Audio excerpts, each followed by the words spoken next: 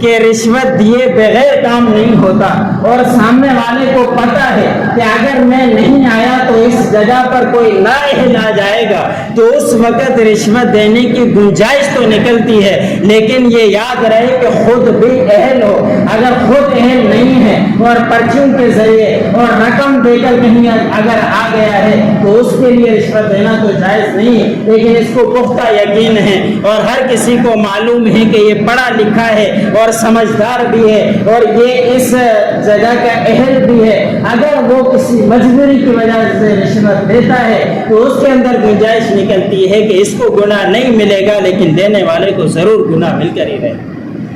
اس طرح کے بھی بعض مجبور آ جاتے ہیں تو ان کی مجبوری پھر مفتیان اکرام کے سامنے رکھی جائے، علماء اکرام کے سامنے رکھی جائے، اس کے بغیر جو بھی رشوت دے گا اس کے لیے آپ صلی اللہ علیہ وسلم نے سخت وعید بیان فرمائی ہے۔ اس لیے آپ صلی اللہ علیہ وسلم نے فرمایا کہ آخری وقت ایسا آئے گا میری امتوں کی دعائیں قبول نہیں ہوگی۔ وہ یہی وقت آ چلا ہے کہ حلال اور حرام کی تمیز ہمارے اندر نہیں، ہمیں حلال اور حرام کے اندر آپس میں تمیز کرنے کی کوشش کرنی ہے۔ ہمیں دیکھیں کہ ہم اپنے اولاد کو لقمہ کہاں سے کھلا رہے ہیں، کوئی حرام کا لقمہ تو اپنے اولاد کے اندر نہیں جا رہا، اگر حرام کا لقمہ جائے گا یاد رکھیں اولاد کے اندر ضرور اثر آیا کرتا ہے، اگر حلال کا لقمہ جائے گا تو حلال کا اثر آئے گا، حرام کا لقمہ جائے گا تو حرام کا اثر آئے گا۔ میں نے شروع میں عرض کیا کہ رشوت کا آج کل کا ماحول ایسا بن پڑا ہے کہ ہماری فائلوں کے اوپر ٹائر رشوت کے لگے ہوئے ہیں، جب تک کہ رشوت نہ دی جائے تو ہماری فائل آگے نہیں جاتی، چھوٹے سے لے کر اوپر تک جب تک کہ رشوت نہ دی جائے تو آگے معاملات نہیں بڑھتے۔ جب رشوت دے دی جائے گی اور وہ لقمہ ہمارے پیٹوں کے اندر آئے گا، ہمارے اولادوں کے اندر آئے گا، پھر اس کے لیے آپ صلی اللہ علیہ وسلم نے فرمایا کہ جنت اس کے لیے حرام کر دی گئی ہے۔ آپ صلی اللہ علیہ وسلم نے فرمایا کہ ایک شخص ہے اس نے اپنا کرتا پہنا ہوا ہے اور وہ کرتا 1000 روپے کا ہے، لیکن 1 روپیہ اس کا حرام کا ہے، اس کی 40 دن تک نماز